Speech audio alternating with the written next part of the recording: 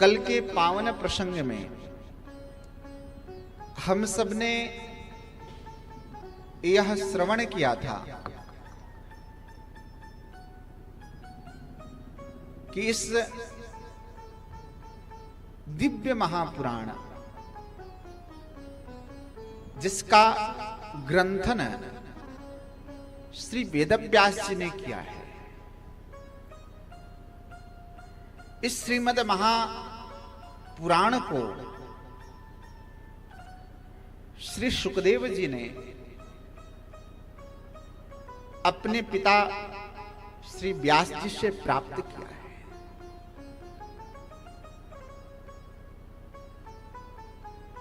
इस श्रीमद् भागवत महापुराण की कथा के वर्णन के क्रम में नैमिषारण्यक की भूमि में सौनक आदि 88,000 संत महात्मा बैठे हुए हैं। उन सभी को सूत जी कहते हैं कि हे ऋषियों, मैं आपको क्या बताऊं। यदा मृधे कौरव सृञ्जयानाम् वीरेष्वथो वीरगतिं गतेषु वृकोदरा विद्धगदाभिमर्श भग्नोरुदण्डे धृतराष्ट्रपुत्रे भग्नोरुदण्डे धृतराष्ट्रपुत्रे।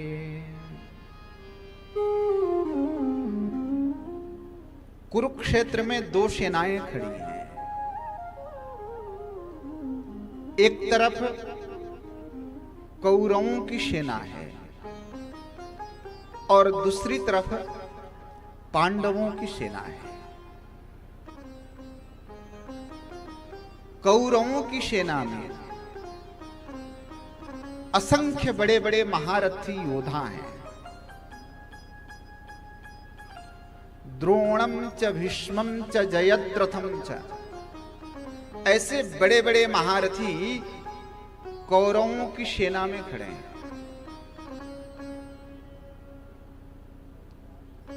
ये सामान्य महारथी नहीं है। इधर पांडवों की सेना में कौरवों की अपेक्षा कम सैनिक हैं, योद्धा भी कम है। भगवान की नारायणी सेना को दुर्योधन ने भगवान से मांग लिया कि आप अपनी नारायणी सेना मुझे दे दीजिए। अर्जुन ने भगवान को मांग लिया, कहा कि मुझे बस आप मुझे मिल गए तो मैं युद्ध जीत जाऊंगा। भगवान ने कहा, अर्जुन फिर से विचार कर लो, मैं महाभारत के युद्ध में कोई अस्त्र शस्त्र नहीं उठाऊंगा। अर्जुन ने कहा, कोई बात नहीं केशव, आप हमारे साथ हैं ना। यदि आप मेरे साथ खड़े हैं तो मैं ऐसे कई महाभारत के युद्ध को जीत जाऊंगा। दोनों सेनाएं कुरुक्षेत्र में खड़ी हैं। युद्ध की स्थिति सामने उपस्थित है। बड़े बड़े महारथी सामने खड़े हुए हैं। बहुत भयंकर युद्ध हुआ।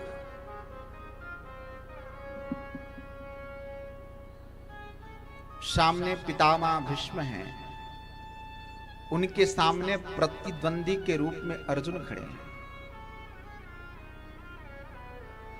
अर्जुन पितामह भीष्म को देख करके विचार करने लगते हैं कि ये तो मेरे तातश्री हैं और मैं इनके ऊपर वाणों की वर्षा कैसे करूंगा। केशव, सामने जो लोग मुझे दिख रहे हैं ये मेरे अपने ही रिश्तेदार हैं और मैं इनसे कैसे युद्ध करूं और आप मुझे युद्ध करने के लिए कह रहे हैं।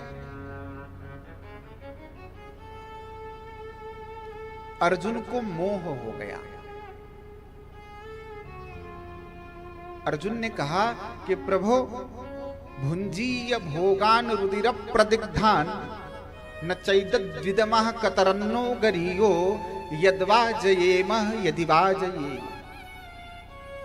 प्रभु यदि मैं जीत भी गया यह युद्ध तो इस युद्ध से मुझे क्या लाभ होगा? मैं अपने ही लोगों को मार करके और मैं इस युद्ध में विजयी हो गया तो मुझे इससे लाभ क्या होगा? भगवान सुनते रहे। भगवान ने अर्जुन को बहुत देर तक सुना। अर्जुन ने कहा कि प्रभु मैं आपको क्या बताऊं, मेरे सामने जो बड़े बड़े उपस्थित महायोद्धा हैं इन्हें देख करके मुझे अपनापन अपनत्व का बोध हो रहा है। मेरी युद्ध की कोई कामना नहीं, मैं युद्ध नहीं चाहता हूं। भगवान श्री कृष्ण अर्जुन को कहते हैं कि अर्जुन क्लैव्यम मास्मः गमः पार्थ नई तत्वम युपपद्यते। कि अर्जुन तुम्हारा यह स्वभाव कदाचित भी उचित नहीं है, अतः इस स्वभाव का परित्याग करके धर्म की स्थापना के लिए तुम्हें युद्ध करना पड़ेगा।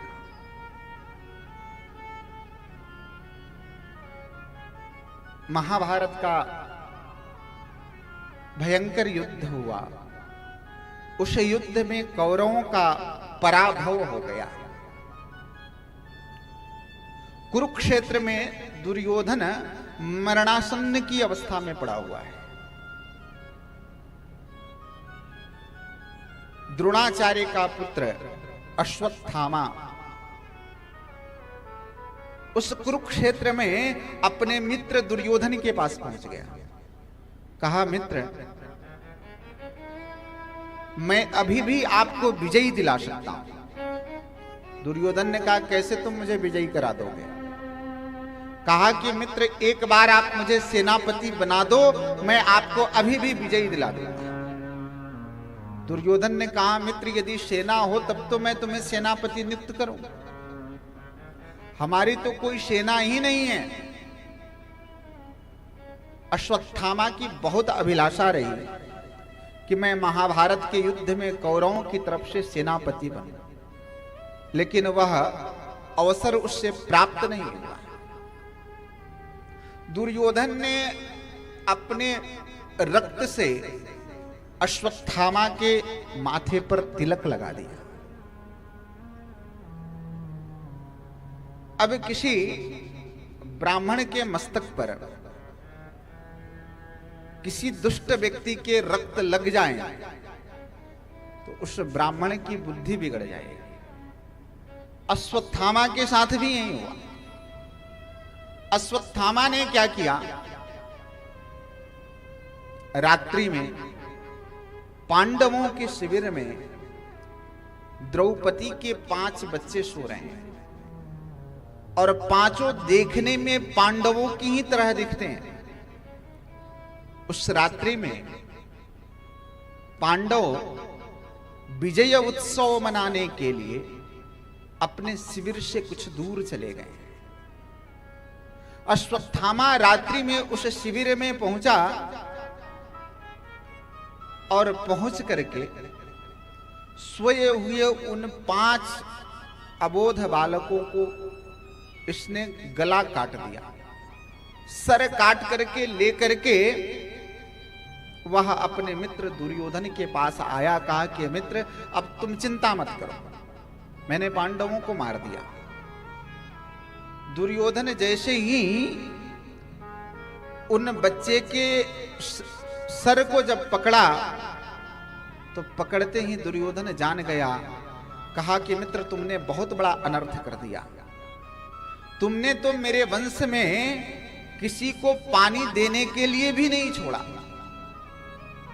मित्र तुम भाग जाओ, ये पांडव नहीं, ये पांडवों के 5 पुत्र हैं। जैसे ही शिविर में पांडव वापस आते हैं, इस विभत्स दृश्य को देखते हैं। द्रौपदी रो रही होती है। अर्जुन को पता चल गया कि यह कृत्य कोई और नहीं, अश्वत्थामा ने ही किया है। अश्वत्थामा को पीछे पीछे अर्जुन अपने रथ को लेकर के चल देते हैं। अश्वत्थामा को पकड़ करके लेकर के अपने शिविर में आते हैं और ला करके द्रौपदी के सामने प्रस्तुत कर देते हैं। कहते हैं कि देखो, इसने तुम्हारे बालकों की हत्या की, इसलिए सबसे पहले सजा देने का काम तुम्हारा है।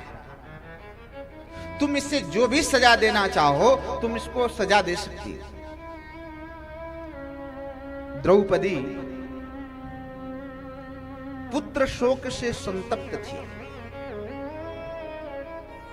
उससे यह पता है कि पुत्र शोक क्या है।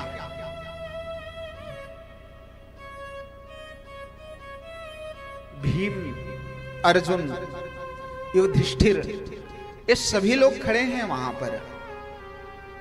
भगवान श्री द्वारिकाधीश भी मध्य में खड़े हैं। सभी विचार कर रहे हैं कि इसको क्या दंड दिया जाए, इसके अपराध के योग्य दंड क्या है। सबने अपने अपने विचार प्रकट किए। कहे कि इसको तो मार देना ही उचित होगा, क्योंकि यह बहुत बड़ा अपराधी है। भीम मारने के लिए जैसे ही उद्यत हुए, द्रौपदी ने रोक लिया। कहा कि आपको पता है पुत्र का वियोग क्या होता है, यह एक मां जानती है।